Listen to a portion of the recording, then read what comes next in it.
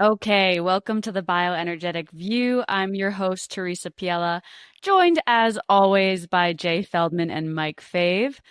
Today we'll be talking about Huberman's ideas about waking up in the middle of the night, a follower's success story, and finishing up with a Q&A about nutrient needs. Okay, around the internet, Huberman has become so popular. I think even from people that aren't very interested in health. They've reached out saying that they listen to his podcast. They're learning about, ADHD and cold plunging and free fatty acids. And I even have listened to a few of his podcasts too, just to kind of see what information he's sharing. But just for a little bit of background for people listening, I think he used to be a Stanford neuroscientist. There's a little bit of shady information around whether he still teaches or not, but it says he's still a tenured professor of neurobiology and ophthalmology. And similar to a lot of his podcasts, he's researching brain development, function, neuroplasticity. He kind of covers a whole range of things. And I do want to celebrate the fact that he popularized the idea of getting light in our eyes and the importance of red light. So there's something there. But to maybe bring up some of the more problematic views, let's jump in with this clip. A lot of people wake up at 3 or 4 a.m. and can't fall back asleep. Yeah. Here's probably the reason. We can all push on and stay awake more easily than we can just force ourselves to sleep. If you're waking up at 3 or 4 a.m., unless you're drinking too many fluids and that's the reason why, chances are you are running out of melatonin. What it means is you stayed up too late, and you probably are one of these people that should be going to bed at 8:30 and waking up about 3:30 or 4 a.m. People don't like that answer because they think, no, but I want to be the person that goes to bed at 11. There are ways to shift your circadian rhythm. Try and go to bed 1 hour earlier, and chances are you will wake up feeling better at 3 or 4 a.m. Now, it's not exactly a solution, but if you're in an argument with your spouse or something about going to bed at 1 hour or the next, you can leverage biology or cite this discussion. Okay. Wow. Jay, what was your reaction to this clip? Because I know in the bioenergetic world, a lot of people are struggling with these midnight wake ups. They have to pee, they're hungry, they've got a racing heart, they feel Hulk-like with adrenaline. Yet Huberman's view seems to overly simplify what could be happening. Tell us what's going on here and maybe your thoughts with his perspective. Yeah, I mean, and it's worth noting, this isn't just an issue for people within the bioenergetic sphere, but low-carb sphere is really common to have these kinds of sleep disturbances. And you mentioned like heart palpitations and stress. That tends to really show itself when people are on low-carb diets, fasting, calorie restriction, because of all the stress that's induced there. I mean, it's a really common issue. I think more people than not are waking up at least once during the night, if not multiple times, often having trouble falling back asleep, relative to the number of people who just are able to sleep through the night. So I think it's a really, really common issue. And with that in mind, I think there's quite a disservice here, because what he's essentially saying is there's nothing you can do about this. It's kind of like, this is your body's natural clock that you're just going to wake up at 3 or 4 a.m. And that's when your melatonin is depleted. So you just need to go to sleep earlier, because that's like your natural rhythm. And he does allude to the idea that you can shift your circadian rhythm, but his suggestions weren't really related to that. It was just basically saying, if you wake up then, go to sleep earlier so that then you get more sleep. And not only is this missing, I think, the vast majority of what's going on in this case, but B, for most people who are dealing with these sorts of wake ups, if they go to sleep earlier, they just wake up earlier. Instead of 3 or 4 a.m., they'll wake up at 2 a.m. and they won't actually have solved the issue. Now, one caveat I do want to mention before talking about, I think, more of what's going on here is that for a lot of people, there is a benefit to going to sleep earlier, and that does help align yourself with the rhythm of the sun and the night. And there can be a lot of benefits to that for a lot of people. And so, if you just blatantly have the recommendation to go to sleep earlier, I think that can be helpful for a lot of people. But that's really not what I would say the main driver is of these sorts of wake ups.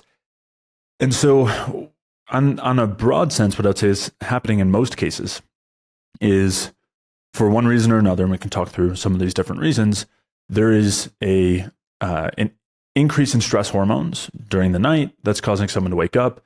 Oftentimes with a lot of those stress symptoms you mentioned, Teresa, sometimes people have nightmares at that point. Sometimes their heart's racing. Sometimes they wake up and they're just wide awake. Sometimes they wake up and they can't fall back asleep. These are signs that our stress has increased and our body is basically telling us to be awake, even though it's the middle of the night and we're supposed to be asleep. And some common things that cause that, one is basically when we're underfueled, because when we're sleeping, we're not eating, of course. And so our body and brain are utilizing the fuel that we have stored. And as we start to run out of that fuel, our stress hormones start to increase to provide more fuel since there's not enough available. And in this case, we're specifically talking about the glycogen stores in the liver, which serve as the fuel reserve for especially the brain and the nervous system. So as that starts to run out, we have a natural response that's an increase in stress hormones, which is supposed to wake us up. And that's supposed to last 8, 9, 10 plus hours for us to be able to go through the night.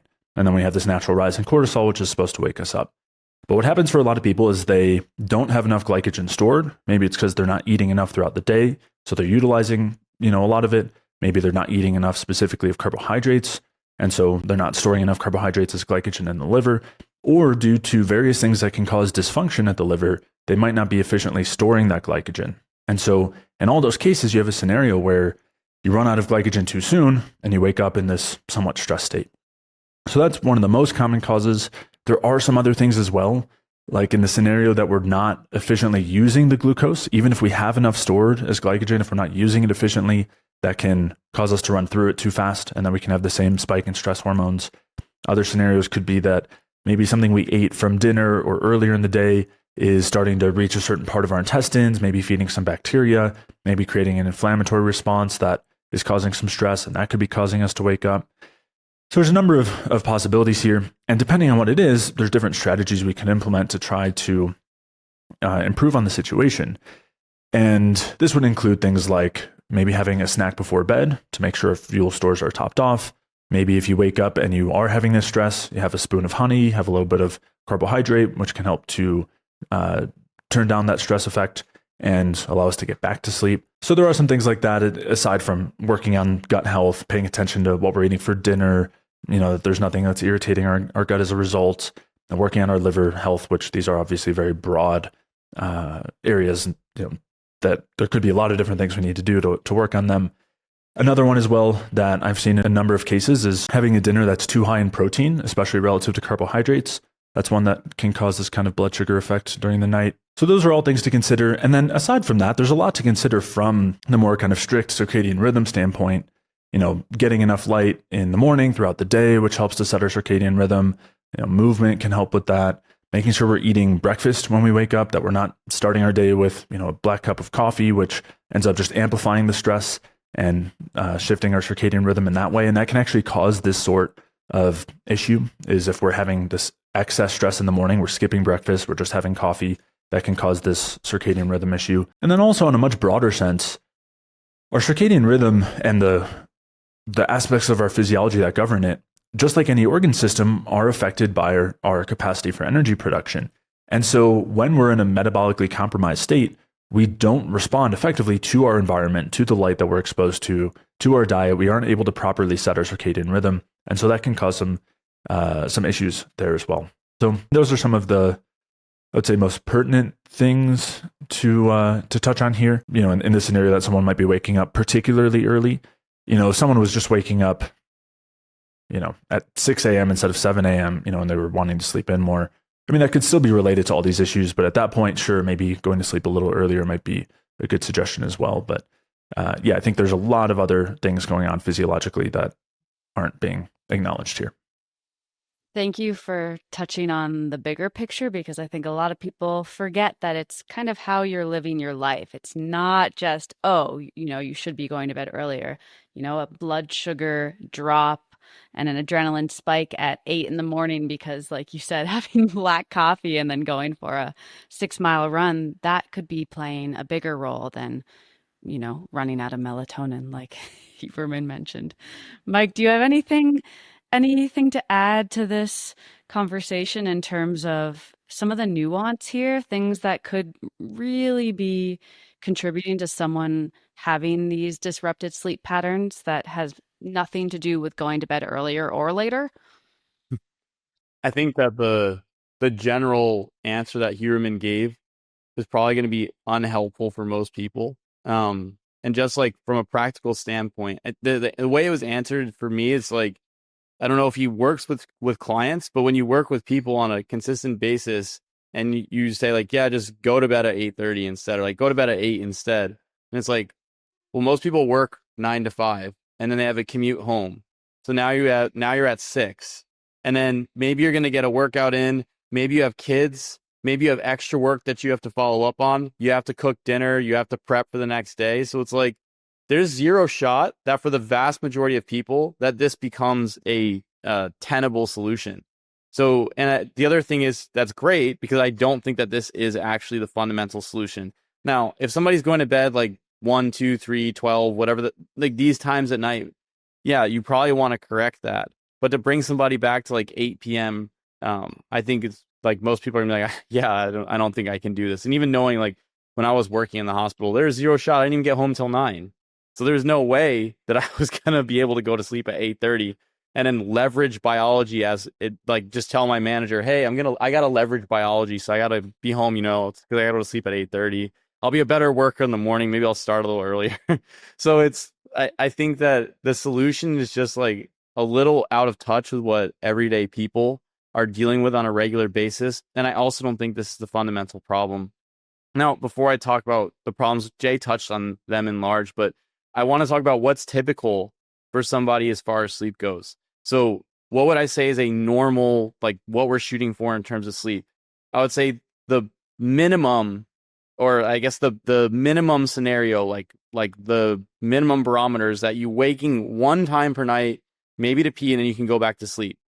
That is where that's like, okay, that's decent sleep. And then if not, you should be able to sleep entirely through the night. If you're waking multiple times per night, or if you're waking up and you can't get back to sleep, or if you're waking up with like panic attacks or anxiety or anything like this, that I would say falls into the like non-normal category. That is a problem with sleep that needs to be addressed, not by going to sleep at 8:30.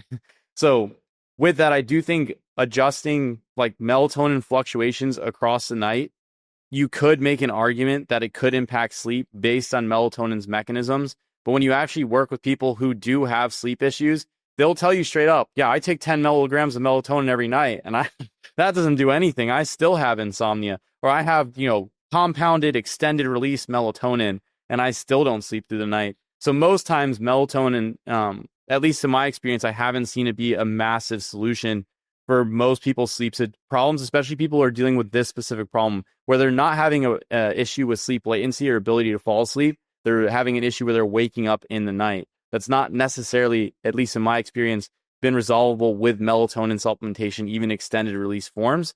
Usually it goes more to the pieces that Jay touched on, and that's blood sugar regulation, that's general upregulation of stress hormones like growth hormone, glucagon, adrenaline, cortisol across the night, increasing overall wakefulness, and also potential gut irritation. I would say those are probably the 3 biggest problems to look at when somebody's dealing with a sleep issue like this. With the blood sugar dipping, I've had clients where we can see on their CGM that at night when their blood sugar drops, that's when they start to come out of their sleep. It corroborates directly with times that they are waking in the night, and then shifting to either have a snack before bed or increasing the amount of carbs and fats specifically in the last meal and decreasing protein intake, or providing for like a very small sweet snack when they wake up in the night, just like a swig of juice or a small amount of honey or something like this. I would recommend rinsing out your mouth after, because the sugar's sitting on your teeth overnight and it doesn't feel good in the morning.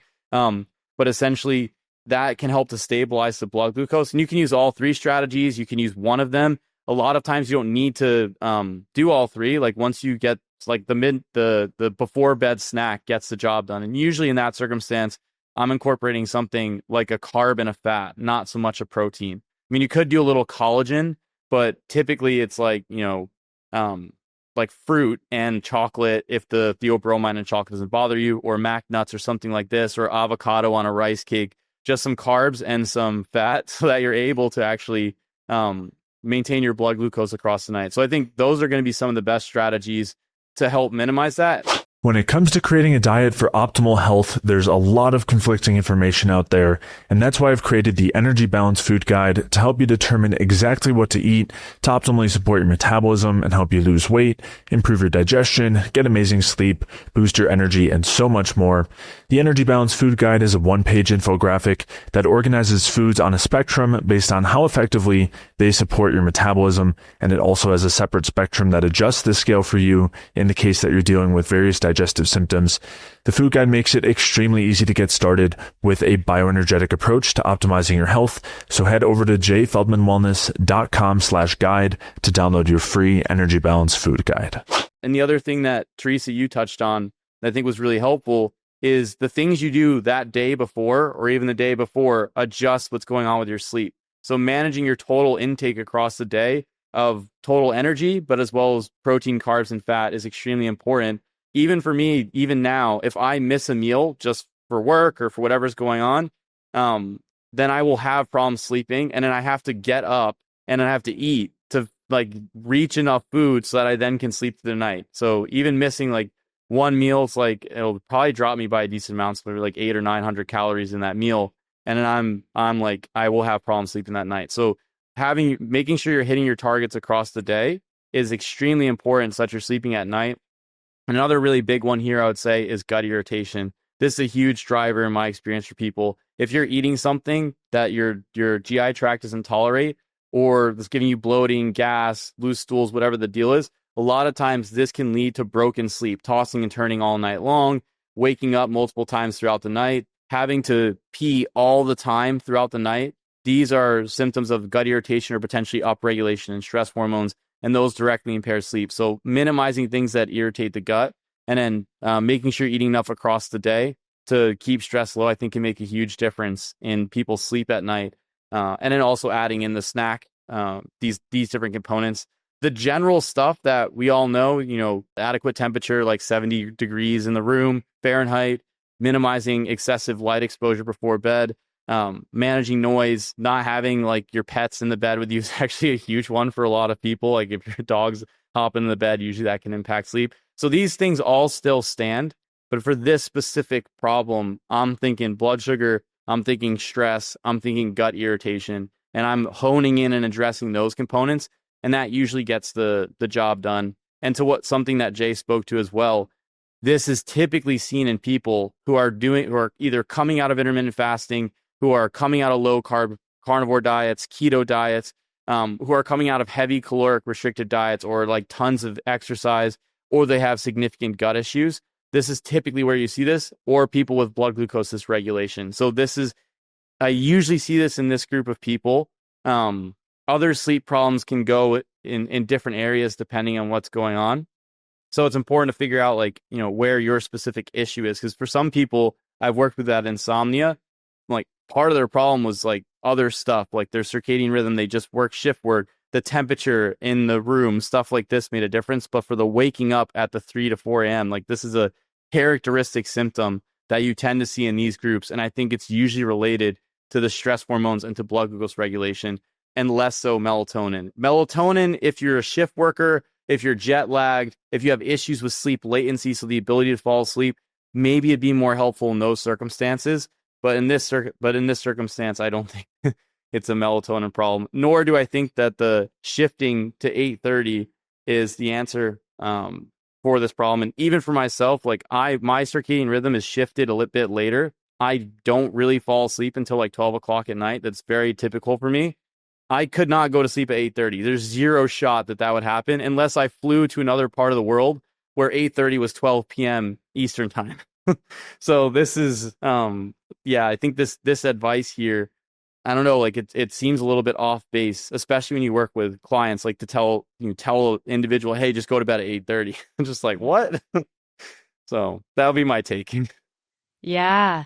While you were talking, Mike, I was even thinking about some of the sneakier stressors that people don't even realize might be totally throwing off their physiology. And from my experience, this was back in college, actually. I was on a pretty high dose of an SSRI, and I would be wide awake from about 1 a.m. to 5 a.m. every single night, wired like a maniac. And I had no understanding that what I was prescribed that was, supposedly helping my mental imbalance, my chemical imbalance, was actually contributing to that mental imbalance by throwing off my sleep anymore. And it wasn't until learning more about, what what Prozac and SSRIs and serotonin can do to the gut and do to the brain did I start to understand, oh gosh, this is, it's there's a bigger problem here. So I think a lot of people might hear a clip like this and think, oh great, easy peasy, like I'll just have to shift my entire life to be in bed by 8:30 or 9 without realizing it could be something much sneakier that they think they're doing in the name of health that might actually be working against them. Well, and maybe even worse, I mean, as Mike was saying, that's just out of the question for most people. So then this becomes like anti-advice, where someone's like, oh, well, then I just can't fix my issue, right? If I have to go to sleep at 8:30 to resolve this, and that's not something I can feasibly do, then this is just what I'm stuck with. So yeah, I mean, I think that's a great point, Teresa. I mean, there can be so many other factors. Like another one could be like EMF exposure. Yes. Some people find like turning off the Wi-Fi at night, putting their phone on airplane mode, putting it in the other room. Those kinds of things can help with inducing less stress during the night, allowing for us to maintain more stable fuel levels, not seeing wake-ups, falling asleep easier. So that's certainly something to consider. I think also a lot of people have some kind of like a semi-stressful relationship with their phone, or like they associate it with stimulation. They can always, people who have trouble sleeping, depending on the individual, but a lot of people I've worked with, they'll go to their phone when they have trouble sleeping and it's right there. So having that out of the room can make a big difference. And if you're one of those people who uses your phone for your alarm, just get an alarm clock. It's definitely something I would say is worth it, and definitely a lot lower hanging fruit than shifting your whole bedtime several hours earlier. And same with the Wi-Fi too. It can be a little bit cumbersome or difficult for some people, but there's different ways you can make it work. But yeah, I mean, there was something that you mentioned, Mike, which was like when you were doing your shift work, there was no situation where you could have like told your boss like, hey, I'm cutting out early. I got to get to sleep by 8:30. And on one hand, we're saying like this isn't feasible for some people. I do think we want to voice a little bit on the other side too, which is that like Mike, I know when you were doing that shift work, it was really bad for your sleep. Like you were not sleeping well during that time. You weren't feeling good during that time, not just due to sleep, but due to various other issues. And so it's also worth mentioning that sometimes there are aspects of our lifestyle or work or you mentioned like pets on the bed. There might be things that we don't want to change or that are difficult to change, but are having such an impact on our sleep quality or on our health that it's worth weighing that. It's worth considering that. And look, someone might not have the choice to like stop their shift work job. Maybe it's something where we're looking at it as a temporary means to an end, and we're going to look to get out of that work as soon as possible or something like that. So I just did want to voice that just because there are certain things in our lifestyle that might be really difficult to change doesn't mean they can't also be having such an impact on our health that we can't make up for it just by having a snack before bed. Like Mike, I'm sure you had a lot of snacks before bed or tried to eat well in that situation, and it wasn't enough to fix your sleep during that time. Like there's certain aspects of our experience that can be stressful enough. I mean, same thing with you, Teresa. Having a snack before bed was not going to get you to sleep through the night, from 1 to 5 a.m. in that case. So we do want to have both sides there in mind, where we want to work with our circumstances, bring in some gentle, easy support, some simple strategies, but also sometimes we do need to make some bigger changes in order to really see results here. So I just wanted to mention those things. A couple other maybe more specific strategies that someone could consider. On one hand, for the gut issues, Mike, you were touching on that too. If someone's thinking, maybe there's a gut issue that's keeping me up at night, but I don't know for sure if that's the case, one thing you could do is try some activated charcoal before bed. Pretty solid dose, maybe a good 2 grams or so. And that should help to bind with endotoxin that gets produced or other irritating things in the intestines. And so if that helps your sleep, that would be something you could use as a diagnostic to confirm that it is something gut related that's interfering with your sleep. So that might be something to consider. On the liver glycogen storage side and the blood sugar side, This is something that I see really commonly, especially in for women, maybe past the age of 50. I think this gets even more common, and a lot of times goes hand in hand with estrogen issues. And I think this is partially just a correlation because normally if we're struggling with liver function, we have trouble detoxifying estrogen. And so then we're also going to have trouble with glycogen storage. And so for people in that category, something simple that I think would be worth trying is taurine, which is an amino acid that has a ton of benefits for liver health. And Mike and I talked about this in our Energy Balance podcast series on fatty liver disease, which I believe was episode 63 to 70. And we talked about a number of other supplements, strategies that can be helpful for liver function. So I would check those out. But dosing taurine throughout the day is something that can really help with liver function over time and improve our capacity for glycogen storage. So that's something to consider here as well. On the circadian rhythm side, I have seen situations where the wake-ups at night do seem related to the circadian rhythm. So it is something, it's another factor we want to consider.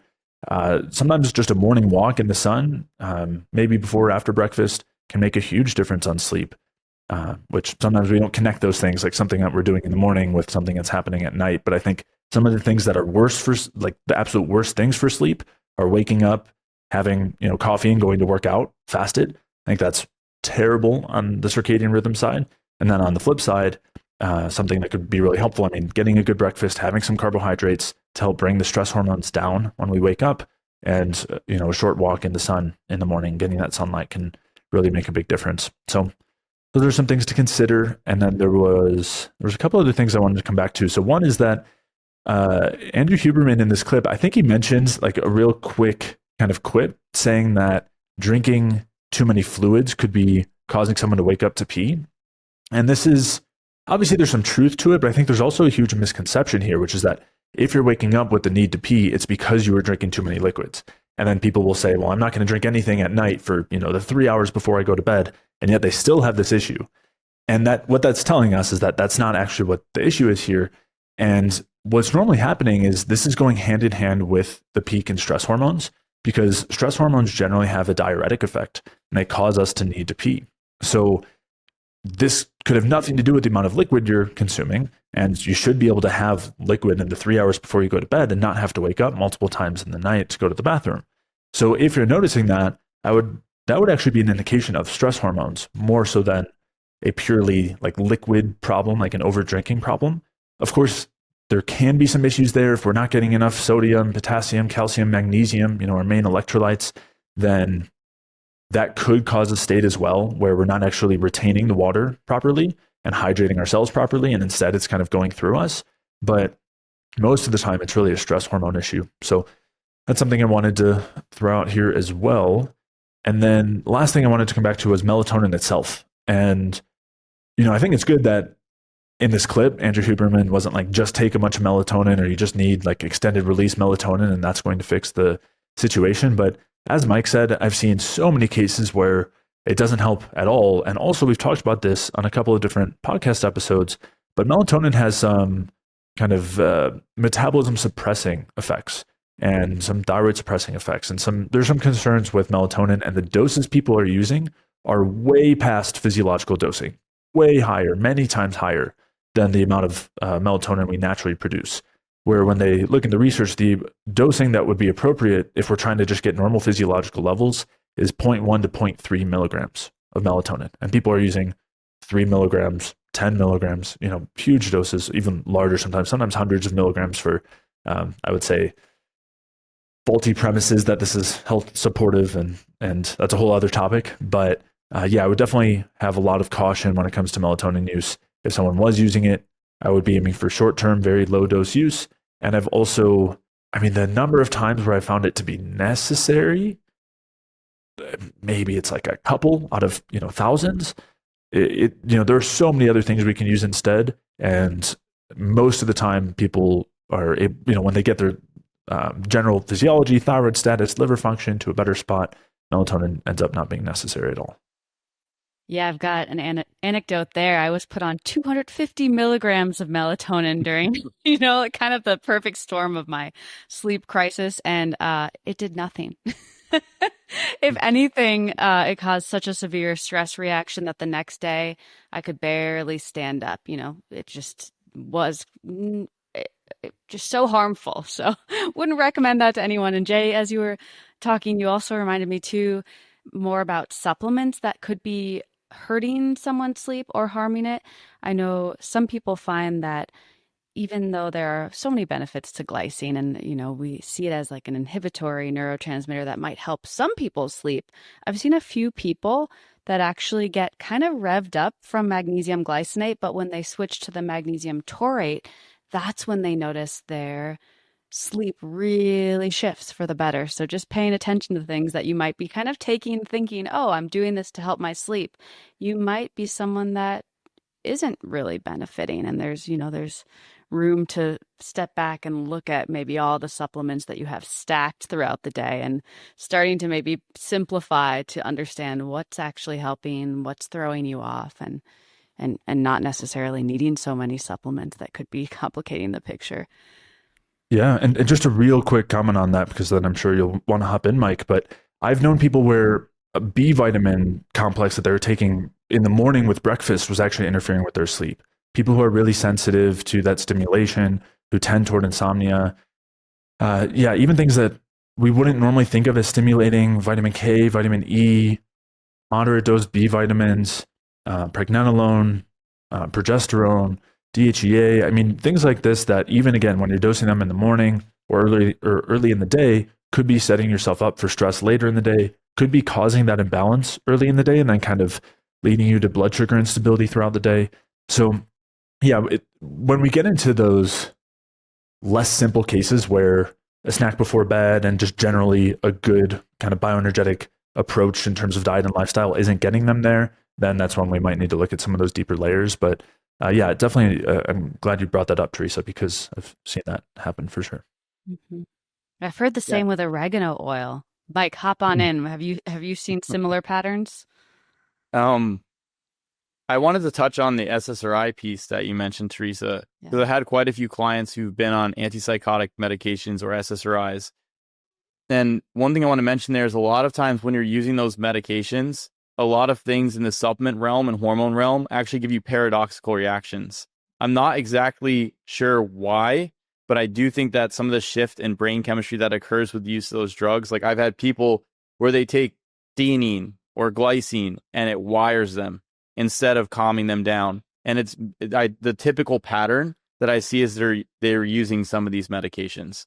And it could be SNRIs, SSRIs, antipsychotics, sometimes benzos. Some of these medications, by interacting with brain chemistry, give people really paradoxical reactions. I've even seen people take progesterone and get like anxiety from it while they were using some of these medications. So that's one thing to keep in mind. I think it is important to understand the combination effects of different things. And sometimes you may be having a weird response because of something else that you're using. And this class of medications is one that's like really big, that I've seen people have weird responses to all types of stuff when they're on it. Something I wanted to touch on that Jay talked about when you're talking about the shift work stuff. For me, what I try to do is I think you want to set an exit strategy for some of these things if you can. But if not, then I try to work a system into that's personalized. So as an example, with my own shift work stuff, a lot of the nurses that I worked with when I was working night shift, they thought it was weird that I worked every other day instead of like grouping days together, because you only work 3 days a week. So it's like, okay, I'll work Saturday, Sunday, and then one day during the week, or I'll work 3 straight and take 4 off, and then I'll like switch back and forth. But what I did to like combat the like fatigue and problems with sleep is I stayed on night shift the whole time. And then what I did was I work every other day so that I would never have a circumstance where I was going, or I try to never have a circumstance where I was going to work and I was like had no sleep, like it was terrible. So I would always be, and when I finished work, I knew I could sleep as long as I needed to that next day. And then I would entrain my circadian rhythm opposite. And what I would do is I would do like, as soon as I woke up, which would be like 5 o'clock in the afternoon, I would expose myself to really bright light from halogen lamps for like 20 minutes, just so I had that light exposure. And if the sun was still up, like during the summer, I would go out immediately and get into the sun. So I was stimulating morning at that point. And I would eat my meals at the same exact time, and I would not rotate back and forth because the alternating schedule was worse, where you're like 3 days on nights and 4 days on days.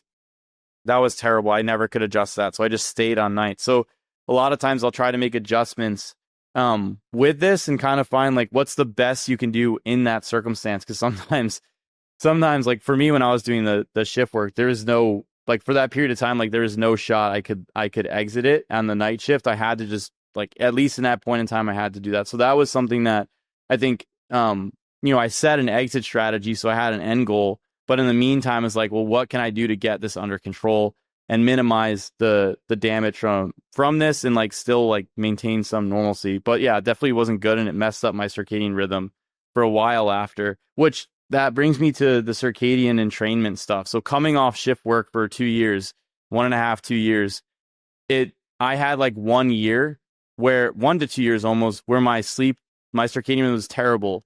Basically, I would go to sleep at like 2 or 3 a.m. because I would hit like 11 or 12 and it'd be like, oh, the night's young, because I used to like stay awake until 10, 11 o'clock in the morning. The way that it actually got that back to shift that circadian rhythm was I forced myself to wake up at my normal time previously, which was like 8 or 9 a.m., even if I didn't get enough sleep. And I also did use for a period of time, very low dose of 250 micrograms of melatonin before I went to like at the time I was supposed to go to sleep, and then had the light exposure in the morning. So it can be helpful in the shifted circadian rhythm setup, because it can help to entrain things like getting all the zeitgeibers. So like your food intake, your light exposure, all this type of stuff under control. And so that was super helpful for me. The other one I wanted to talk about, which the EMF one, which we talked about on previous episodes, but that one was a huge problem for me. And it's not just Wi-Fi that was the problem, because we have Wi-Fi in all the houses that we've had.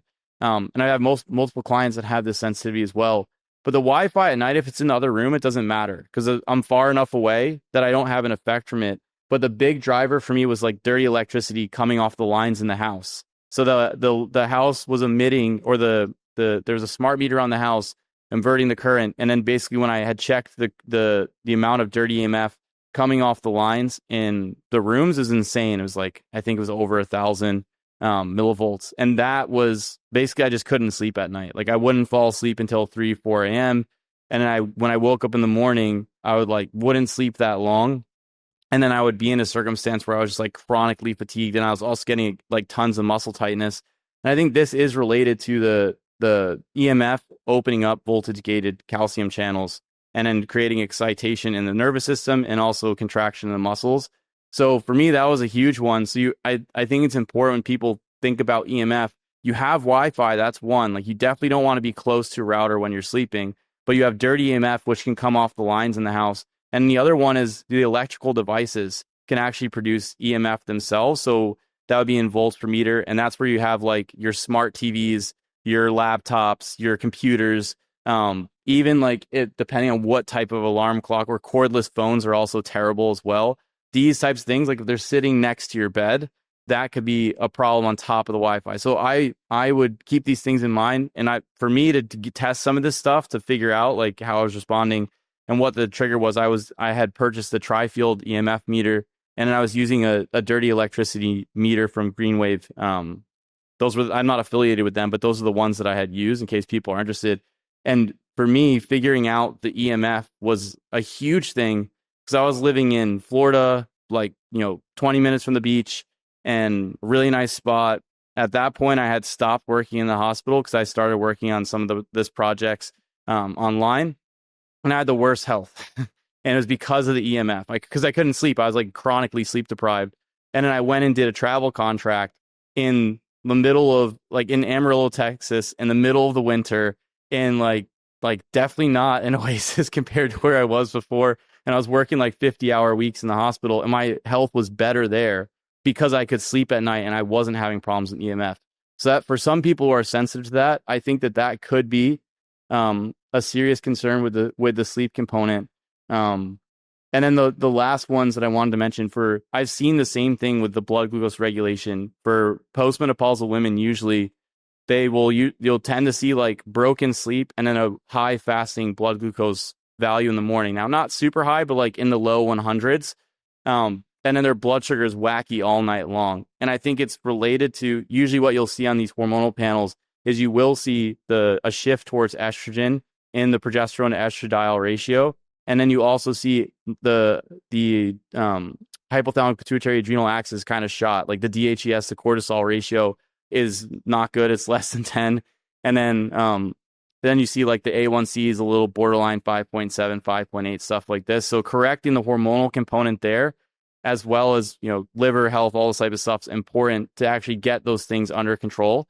It's actually super important. And then stabilizing blood glucose overnight. Because I've had some people where during the day, their blood glucose is fine. It's overnight. It's just sitting high the whole night. It's just sitting in the low 100s the whole night or dipping back and forth and having rebounding effects from those adaptive hormones.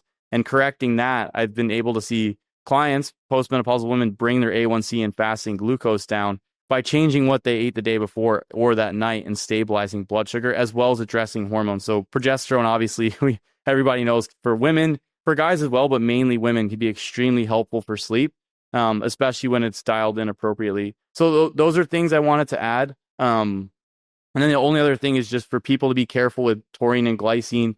I think they are really helpful. I use them all the time, but sometimes because they can induce bile flow, because they're what's used to conjugate bile acids, some people can get digestive issues from them. So for me, the first night, as an example of taurine and glycine, I sleep like a baby. And then the second night I have problems because of the increased bile flow that creates irritation in the colon. So these are just specific things that I think people can look out for with using these, but they can be extremely helpful. And I guess the last one was supplements. I would say anybody doing like having a bunch of supplements on board, a lot of times I'm taking supplements back and then having people test supplements one at a time, because you don't even, there's so many times you could be taking a supplement and you're thinking, hey, this is like, theoretically, I saw it on this podcast. It's supposed to be the best thing ever. So-and-so talking head said, use these supplements. And then they take it. And then there's like, well, when did you start having this problem? A couple months ago. When did you start this supplement? Oh, a couple months ago. All right, let's just pull this supplement out and see if that's triggering your new symptom. And you're like, oh, it went away. Okay, add it back in for a couple days and see if the symptom comes back to retest that hypothesis. And then people will often find that some of the supplements they're taking are actually the problem. And I think that's a huge, huge thing. Same with dietary changes. Some of the dietary changes that people make, they will create some benefit and then they'll create some problem. And because if you don't like kind of go about it in semi-systematic fashion, and you don't figure it out, and then you kind of get, I don't know where to go next. I don't know what to do. So I'd say making one change at a time with supplements and then with some of the dietary stuff is super helpful to see how it specifically affects you. And I think long term, it actually saves you time because it puts you in a circumstance where you aren't backtracking and creating new problems that you're not sure about. You actually have clarity on how this specific thing affects you, and you have a bank of reference experiences so that you don't have to rely on like some other external person telling you how something affects you. You have direct experience with it, and you're just using these other people to see, oh, well, this is interesting. Should I try this or should I try that? Or is this helpful? You're kind of using it as a way to get introduced to new information, and your filter is your experience with it. I think for me, that's the best way to go. That was the most helpful for me. And that's something that I do with clients on a regular basis. I can't tell you how many times I've seen a supplement mess somebody's sleep up or their digestion up or something like this.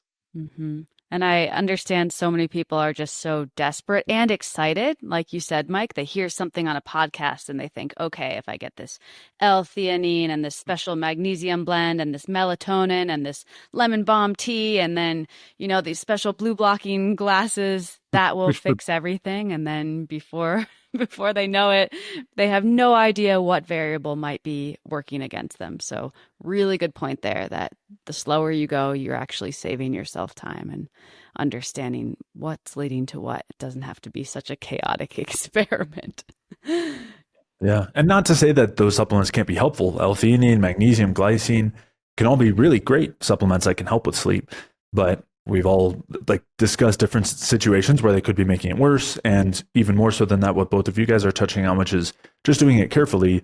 Because if we are one of the people who has an adverse reaction, one of the few or less common, we want to be able to identify that and not have it be something that sets us back in the long term and then we're backtracking later.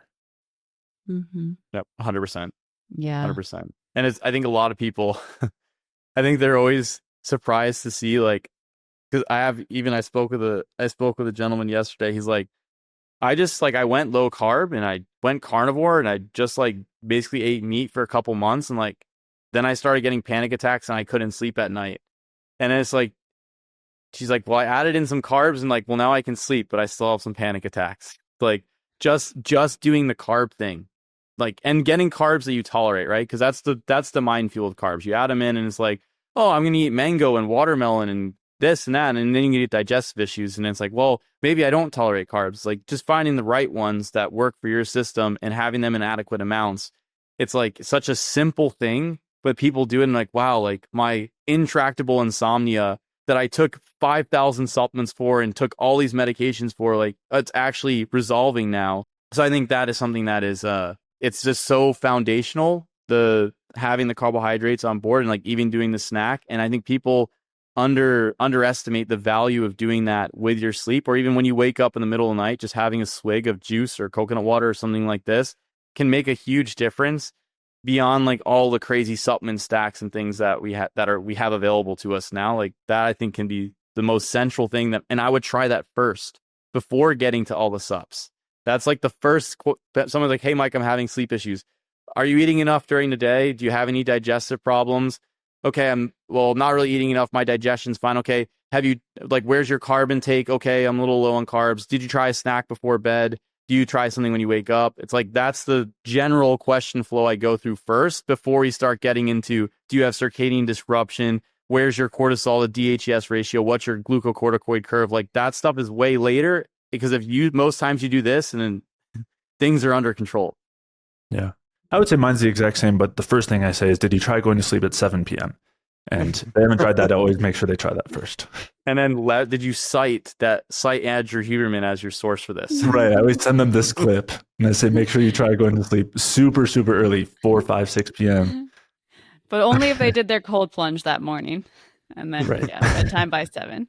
Cold plunge with some black coffee, right? And a sauna after. Contrast therapy.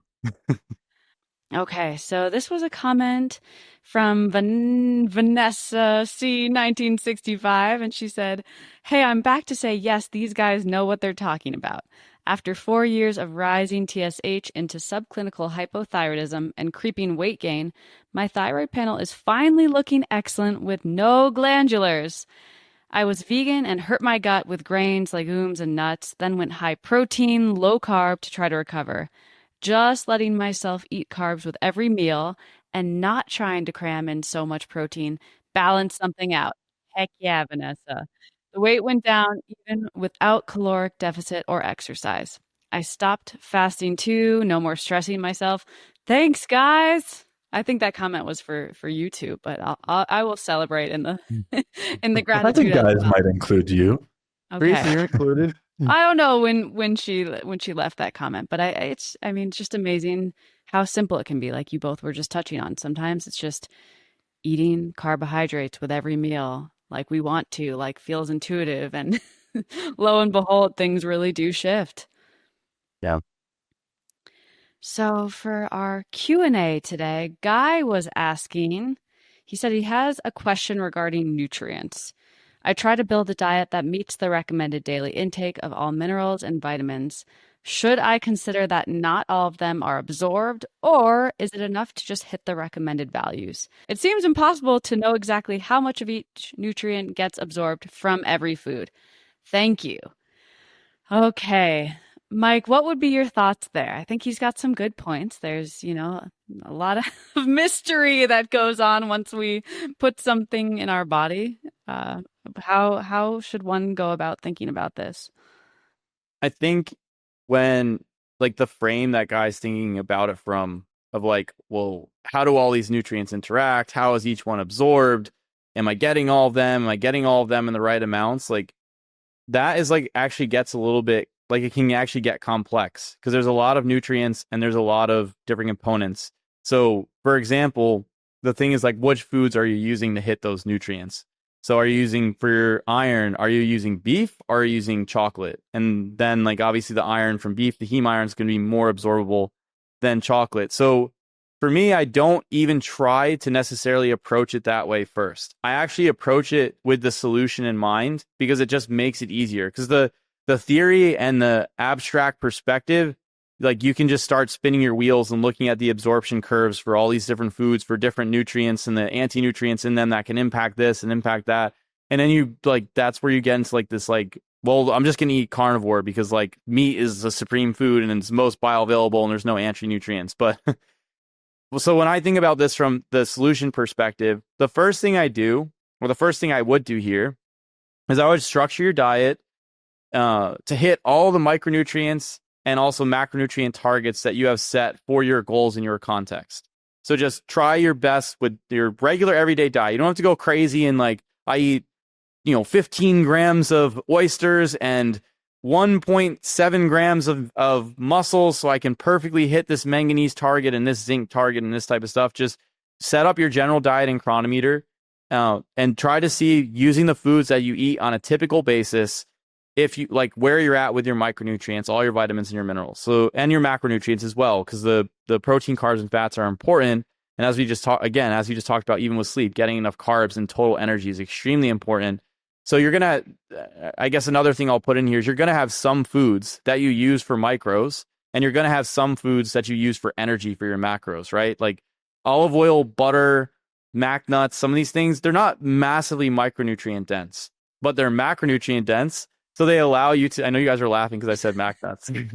Every time. I love that every episode gets a little mac nut shout out. It's great. They're delicious. They deserve it. Well, it's essentially you have these foods allow you to hit your targets as far as energy and macronutrients go, which I think is extremely important because a lot of times if you just go the micronutrient route, you get stuck in a circumstance where you're honing in on organ meats and all this type of stuff, and then you're hitting those targets and then you're like, well, how do I get enough carbs? Because I have to only use sweet potatoes of this particular variety or whatever the thing is.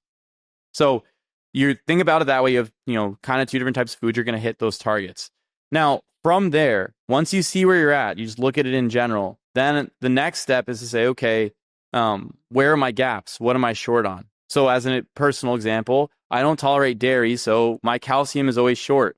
So the question is, how am I going to get my calcium? Do I try to do it through certain foods? Or do I try to do it through supplementation? And the caveat there is like, what's going to be easiest for me? Am I going to sit there and try to like boil greens or something to get my calcium intake like to the optimal target? Or I'm just going to take a little bit of calcium, like eggshell calcium, coral calcium, something like this. And then I'm adding in coral calcium because it's significantly easier for me. I could just put it in the shakes that I make every day and then I'm easy to go. So I go from there. So that's step number 2. Is correct your micronutrients with foods and or supplements to hit the targets after you have your baseline diet set. And you can use certain foods. You can use liver, you can use oysters, egg yolks, molasses can be helpful for certain things if you like it and tolerate it. So you can set things up from there. Now, the one question that doesn't get answered with this so far is what nutrients are you specifically deficient in and which ones do you have excess in? Now, you can oftentimes gauge by going through your diet history. If you're a carnivore, you're probably not short on iron. You're probably going to have too much iron. Your parathyroid hormone level, so your calcium balance, depending on how you ran the diet, may not be so great. You may have had a high phosphorus, low calcium intake. Your copper status, depending on what you ate, if you didn't really do the organ meats, because organ meats now is where the problem with carnivore, like too much vitamin A, all the stuff that you see in that sphere now. But if you weren't doing much organ meats when you did it, then copper status and some of these other micros, molybdenum, vitamin A intake could have been quite low. And so there could be issues there. Or if you're vegan on the flip side, maybe there's certain minerals and maybe there's certain B vitamins that you're going to be short in. So, and certain fat solubles. So these are things to keep in mind. But what I typically do at this point, I'll usually gauge where a person's diet is from there. So even somebody listening, you could just think like, what diets have I done before this?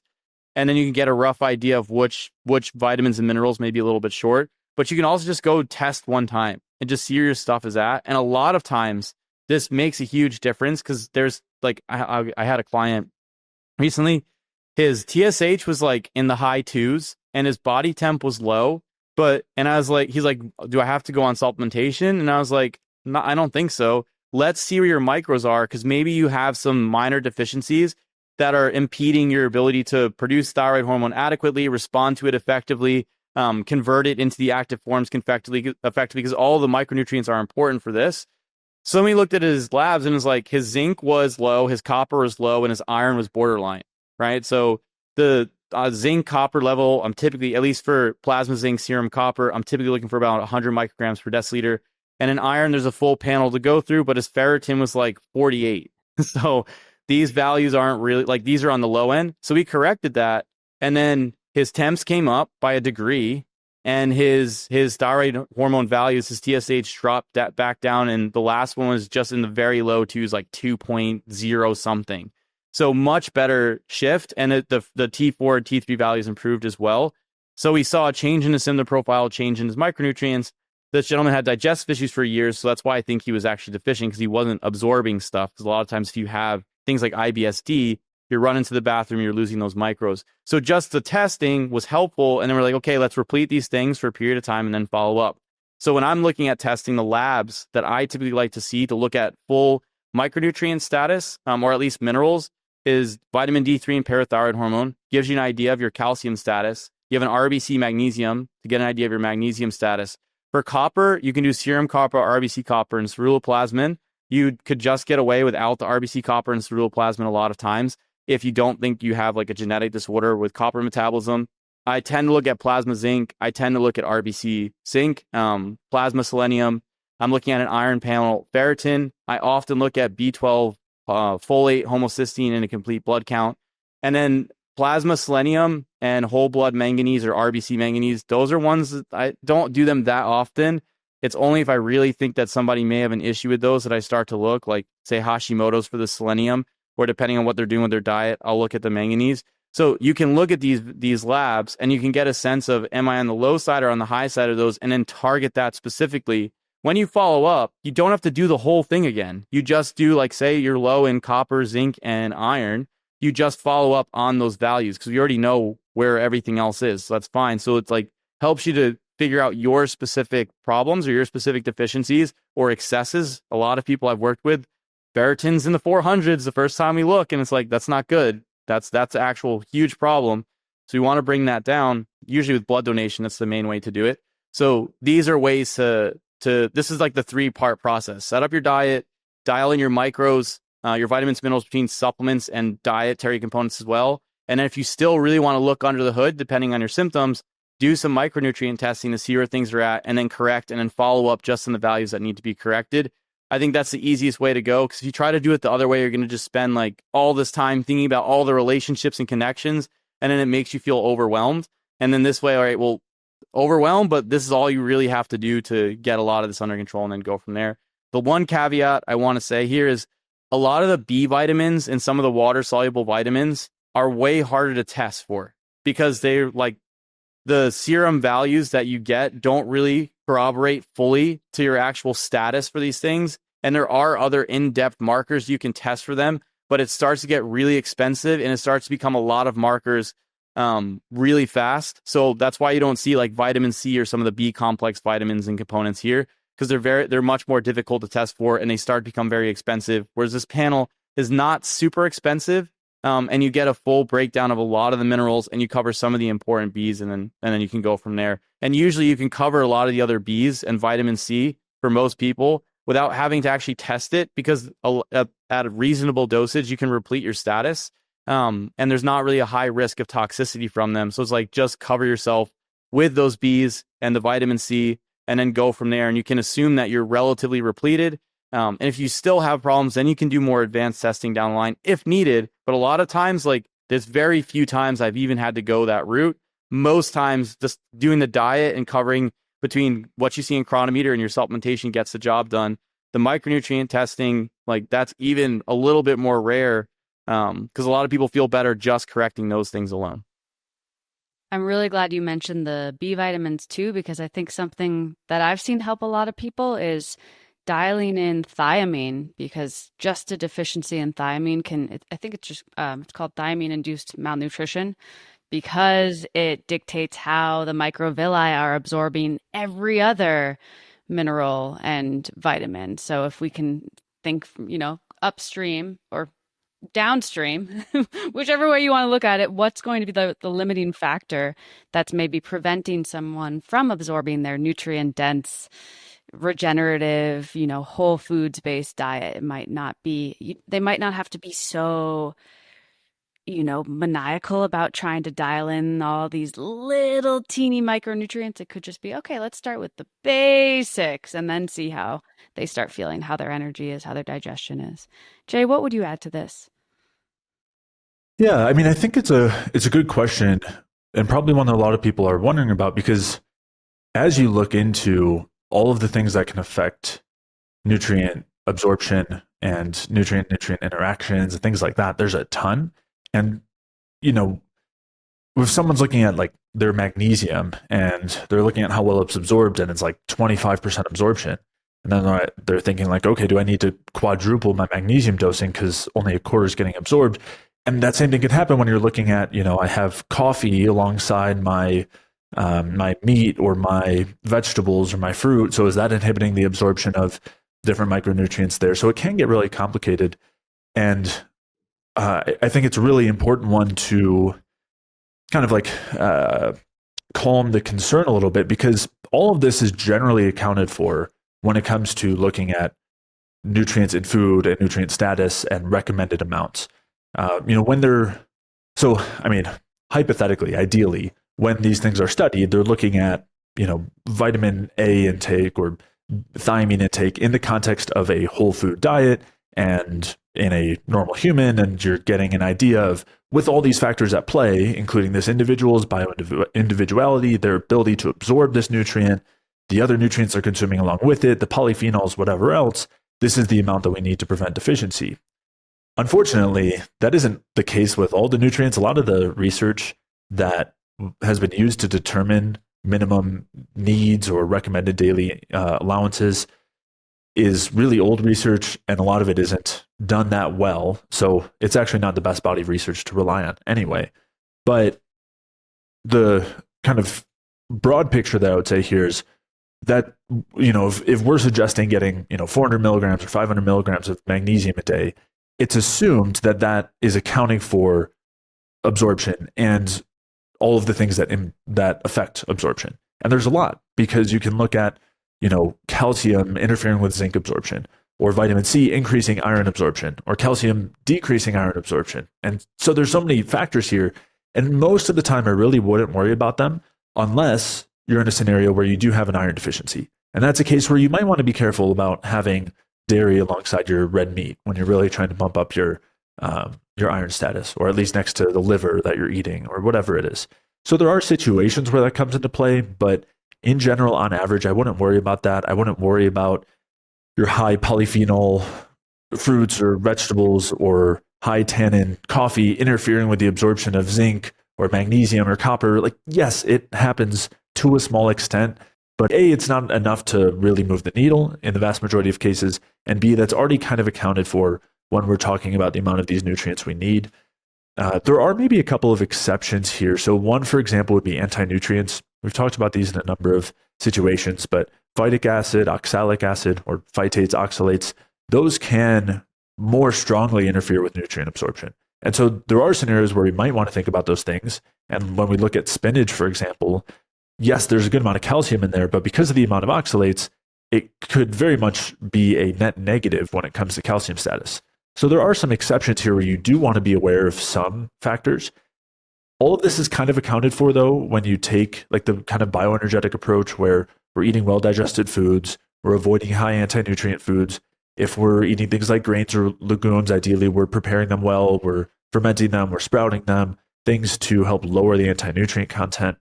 So a lot of these things are kind of baked in, and for the most part, it isn't something that I would concern myself with too much unless there was something that was indicating a deficiency. And at that point, we might want to look at things. Well, even then, I mean, the first thing I would say is make sure we're getting enough of that nutrient. And then if we're not seeing the results we would expect, or we're seeing an iron deficiency, even though we're getting a good amount of iron, then maybe I would think about how much calcium we're getting and how much dairy we're consuming. And there could be a scenario where, yes, our iron intake is okay, but we're having so much calcium-containing food that it's interfering with the absorption.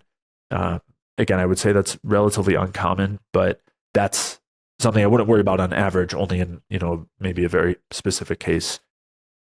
So yeah, that would be kind of the broad thoughts. Some other things that I do think are worth noting, though, would be the different forms of a few different nutrients. So Mike, you touched on it with iron, where we have heme iron and non-heme iron, and the heme iron is the form that's in, the animal-based iron-containing foods.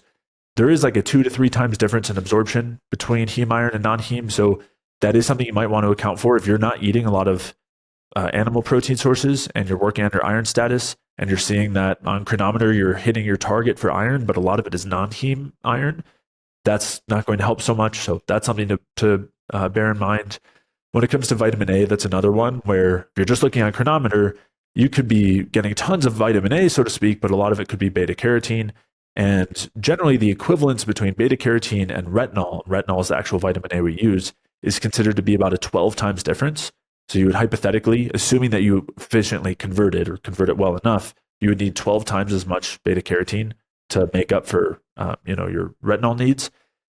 Most of the time, if you're in a hypothyroid state or a hypometabolic state, you could run into issues there and actually get a buildup of beta-carotene. So that's one that, the difference is important, and we want to make sure we're getting enough of the retinol, not the beta-carotene. And we did a couple episodes talking about vitamin A and whether you need to be concerned about it in the context around all of that on the Energy Balance podcast. So I would point people in that direction if they have concerns. And then the last one I wanted to mention is vitamin K, where the vitamin K in like leafy greens, for example, that's vitamin K1. And really the K2, vitamin K2 is the form that we utilize. And the difference there is generally about a 10 times difference due to absorption and conversion concerns. So that's another one where if we want to make sure we're getting enough vitamin K, we would want to focus a lot more on the vitamin K2 as opposed to K1. So those are some kind of considerations to have in mind. But aside from those maybe unique circumstances and being concerned about some of the major players in terms of anti-nutrients, as long as you're getting enough of the nutrients, all of the factors affecting absorption is kind of included there. It's kind of considered when we talk about getting enough. And last thing I wanted to touch on as well, both of you guys mentioned like scenarios where someone might have gut issues and they're not absorbing nutrients well. And at that point, typically we would know like there are some clear gut symptoms here. And that's a scenario where we want to focus on fixing the situation in the gut as opposed to trying to account for it by tripling all of our micronutrient needs. That's only going to get us so far. So yeah, that would be kind of my broad thoughts here. And for the vast majority of times, just to reiterate, don't sweat it. You don't have to, as Mike, you were saying, like, yes, the micronutrient test can be great, but the vast majority of time, you don't need to worry about that. Sufficiency from the diet is plenty. It is worth tracking a bit on chronometer and taking a look at where you're at with your micronutrients on your typical diet. But outside of that, I generally wouldn't sweat it if you're eating a well-digested, low anti-nutrient, bioenergetic diet. Mm-hmm. I want to add something here too that I think is important, because we see these different camps popping up, low vitamin A, low vitamin D, all this type of stuff. And I think, or even like the morally like copper iron stuff, these perspectives, I would say on average, when you have this perspective where there's one micronutrient is just a pure toxin and we need to get it as low as possible, or we need to get something like another example in contrast to vitamin D would be like Coimbra protocol, where you get your vitamin D as high, like really high, like very high levels. I think in both circumstances, the Coimbra protocol is a little bit different because that's like for a specific, that's like basically pharmacologic dosing of vitamin D for a particular effect. But some of these other camps where you have these extreme perspectives on the micronutrients, a lot of time I think the perspective is, at least in my opinion, is extremely unbalanced, and it misses the nuance where there's a Goldilocks zone for these micros. There's an optimal amount. Can too much iron be a problem? Yes, 100%. Is too little iron a problem? Yes, 100%. Can too much vitamin A, particularly in the form of retinol, cause problems? Yes, 100%. Can too little cause problems? Same deal. So what we really want to do is we want to find, or we want to get like a rough idea of what the appropriate amount of some of those things are, instead of swinging all to one side and saying like, oh, it's just toxic, or oh, it's just, or oh, we just need it. So it's, we need as much of it as possible. We want to find what like get specific, like what is the appropriate amount. I've had people come out of some of these groups where like, as an example, one lady I worked with in recent times was anemic from blood donations because iron's toxic. And it's like, that is a huge problem. Like, we don't want to be donating enough blood to the point of like depleting ferritin levels, pushing to anemia, and then causing issues. Like, we want to have appropriate ferritin levels. So yeah, I wanted to put that in there because I see this stuff all the time, and it is a little bit frustrating because there's like, and then like when you look and they're talking about some of the research, like, well, this research is bunk, and then you go through the research, like, oh no, some of it is actually pretty good. Even though it's standard mainstream research, some of it is actually pretty helpful to give us an idea when you go through some of those papers. Mm-hmm. Yeah. Yeah. I think that's the most common one I've seen too, is people who are fearful of iron overload, which is a legitimate concern and one that's way under-recognized in the mainstream, like, tragically under-recognized when it comes especially to like heart disease and cancer and things like that. And to see people, I've seen people with those issues and their ferritins in the 300s and their doctor never said anything about it. And it's like, so tragic, so terrible that that's not something that's acknowledged. But at the same time, you have this reflex where it's like iron is toxic. And just because you can have excess iron and iron overload and that can be problematic doesn't mean that iron is toxic. It's a really important nutrient in terms of the most fundamental functions of energy production and the complexes of the electron transport chain and being able to utilize oxygen. I mean, it's such a fundamental nutrient. So to have people who are then only concerned about excess and trying to bring it as low as possible, I agree, Mike. I've seen that where people are basically putting themselves into an anemic state and they're not even looking at that as a possible problem. And then they're so fearful about bringing iron-containing foods back in or trying to increase their iron status because of the kind of imbalanced takes on iron that are out there. And then the fear is just burning through their magnesium and their potassium and their sodium, throwing them off even more. But yeah, I would say some people, if we drop the fear and get curious and even notice maybe what their body is craving, they might understand, oh, maybe that is because the body is wisely trying to replenish something. So it might not necessarily be a test that they need. It could just be, their body starts having wild cravings for chocolate and mac nuts, and then they start to notice they feel more alive and something is replenished, and it can be a little bit more simple. That brings a good point too, Teresa. A lot of the stress hormones actually waste critical nutrients. And that's something like, for example, parathyroid hormone is going to pull the calcium out of your bones when you don't have enough. Or aldosterone is going to make you waste your potassium. Or hypothyroidism is going to make you incapable of holding on to magnesium effectively. So part of the goal with the I think this goes with Ray's hypothesis that energy and structure are interdependent at every level. But when you get into a good state, you actually are able to hold more structure. You're able to build more structure. And part of driving energy metabolism is making sure you have these critical nutrients in the optimal amounts or getting them in the right amount. So I think this question is great overall. I think people should be trying to dial in their micronutrients because you have the if it fits your macros crowd, like you get that and the calories in, calories out stuff. And then there's like not so much talk about micros in some of those areas. But I do think the micros can be super important. I've seen people make huge differences dialing in their micros. But for most people, that's put your diet in chronometer, see where your gaps are, cover your gaps between diet and supplements, and that gets the job done. Say like 80% of the people fall in that camp, and there's going to be 20%, like they have very specific problems going on that they need to get, like, look under the hood a little bit more and get that addressed. It's not always micros, could be hormones, could be other components, blood sugar regulation, etc. But for most people, you do that, and it's like, wow, I feel a lot better. I'm sleeping through the night now. My energy's better. The weight's coming off finally. My exercise, my workout routines are going better overall. So I think you do that. That for me is usually first step. Unless somebody presents me with labs and it's like, okay, like there's definitely a problem with this prolactin value or this blood glucose regulation, this A1C, this insulin values. There's a real issue here. Most times, like, look, we have to get the foundation right. Well, thank you for bringing some reason to this conversation. And let's wrap up here for today. Jay, where can people find you? My website is jayfeldmanwellness.com. Head over there for tons of free resources. And then my YouTube channel is Jay Feldman Wellness, where you can find this podcast as well as the Energy Balance podcast, which I do with Mike. And Mike, where can people find you? They can find me at my YouTube channel, Mike Fave, my website, mikefave.com. And as always, on the Energy Balance podcast and here on Bioenergetic View with both of you guys. What about you, Teresa? Yeah, you can find me at livingrootswellness.com or on Instagram, and then my tapping app, Tapping with Tea, or the website, tappingwitht.com. All right. Thank you, everyone, for tuning in today, and we will see you for the next episode.